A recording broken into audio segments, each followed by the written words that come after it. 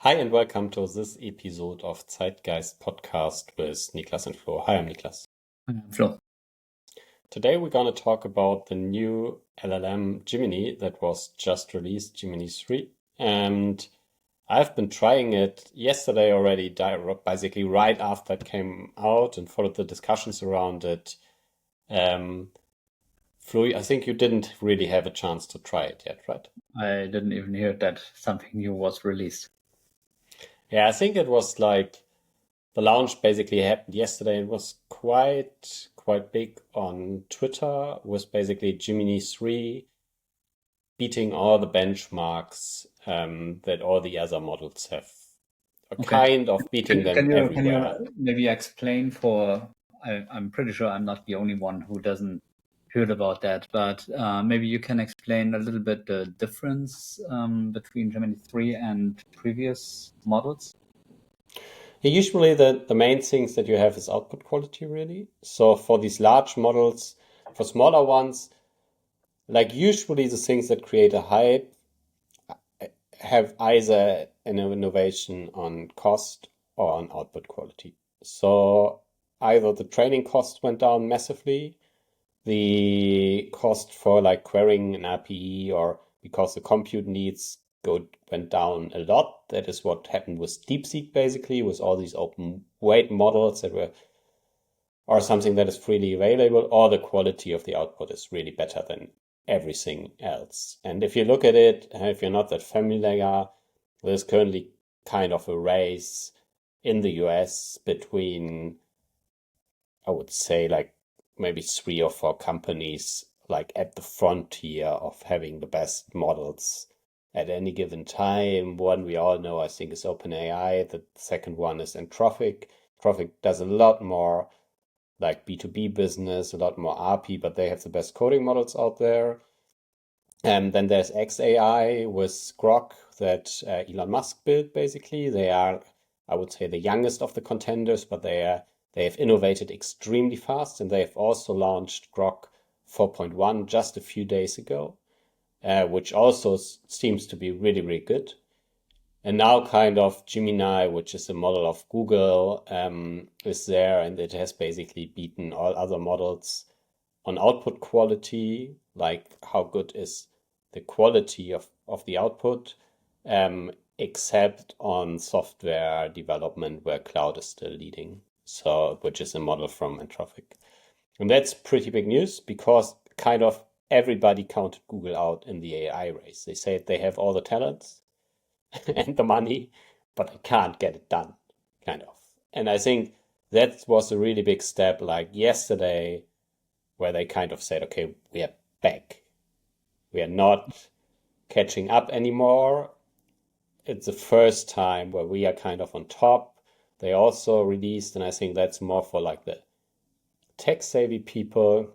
There have been these tools that enable you to build software a lot faster. And the one that is like was the most famous kind of is Cursor, and there was a Cursor clone. It's called Windsurf. It's basically an editor where you write software in, and that one kind of got acquired by Google, and they also yesterday now launched their own tool. So Google seems to be back at the front, and on the tech side, that's obviously very, very big news, because that also means for the competition that their life just got a lot harder. So we can expect that Gemini will outperform ChatGPT at some point. It does, yeah. So currently it's outperforming ChatGPT. So what I personally use is basically a software tool where you can switch these models. So I can use GPT-5, which is the open, or 5.1, which is the latest OpenAI model. I can use Grok 4.1. I can use Gemini 3, for example, or I can use Cloud Opus, which is the biggest model from Anthropic, and get an output. And I can also compare them. Like I can have two models answer at the same time and just look at the different results and use But at whatever the I end, like. I And guess you just want one winner, right? I mean, when you Google something, this is what, back in the days yeah, we did. We We didn't did, just, yeah. we just went on Google. We didn't look for another result on Yahoo or on Fireball or Lycos or whatever other search engine was out there. So there is always one search engine you're using, and I guess this is what the average Joe probably also wants from whatever AI will do it at the end. Yeah, I think this one is interesting, right? So Apple seems to be pretty far behind on LLMs or AI currently. So Google now kind of they woke up. It seems very clear. They now have the best model. If they now manage this to integrate it really well over their products, basically, be it Google Search, where they kind of started, where you had these first AI results. Now, the next one they want to do is trip planning. They are currently working on that, basically, that you can book your holidays over it. And if they include it also over their like work environment in Google Docs and all these things, I mean that's quite a large productivity boost, and they have a significant advantage there if they have everything in-house, basically, because they can just kind of integrate everything with their own technology. So this is obviously scary for those small startups, for Perplexity, for example, which I used a lot, who are kind of an AI answering machine. If Google now enters the space like full speed, that's obviously a very, very tough competition. Yeah, Google obviously already got all the data from all over the years we're using Google. Also with Google as a software on a lot of different phones. In the browser, Yeah. On the browser, yep. From my understanding is that Apple will not develop any kind of Siri at the moment and will go over to use Google for their own phones starting next year. I Obviously think not that for the iOS, but for all the AI tech. So I guess that's a good thing for all the Apple users as well. When we have something which is like a finished product, ready to use, and when it is really, what you said, like a great product. yeah. So with Apple, I really don't know. I think they are really missing the train on something very crucial. But they might still have time to catch up. I think they always kind of bet on local LLMs or local AI because they build very good hardware with Apple Silicon. So yeah, no idea what's up with Apple and if and when they will catch up. I mean, Google is now showing that it's possible to be late to the party and still kind of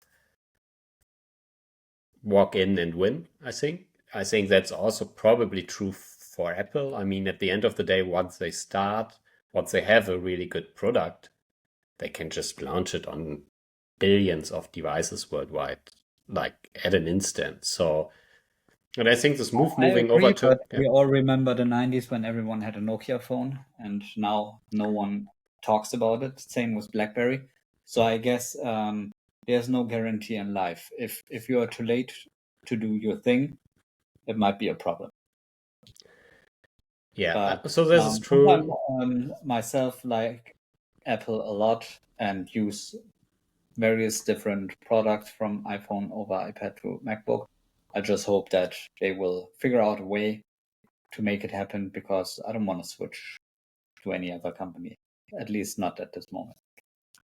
Yeah. So yeah, but going back to basically Google, so yeah, that's great. So if they integrate it into the iPhone, it would definitely also be good for us, at least as a consumer. I think what they all don't want is like another like big tech player in the market. So they don't really like this OpenAI becoming too big. So none of them, like Facebook, Google, Apple, Microsoft, they are not really interested in having another competitor. It's enough that they like big tech to stay big tech and not have more big tech, kind of. So I think that is always always there. And then I obviously would never count Elon out, right? So whatever his strategy is in general with X and XAI and so on, I would also not count him out on that picture. But going back to Google, yeah, so the models are really good if they manage the integration. I think it's a lot of value, and if I had it on my iPhone, I think I would enjoy it. So the quality of the models is just really good. So I know that there is a Gemini app on the iPhone, but this is not the version you are talking about, or is it like something different? No, you can use it, I think. So I'm using, as I said, for these chats, I'm using something called OpenWebUI that I have set up myself, where I can use all of the LLMs. So I don't try the native apps.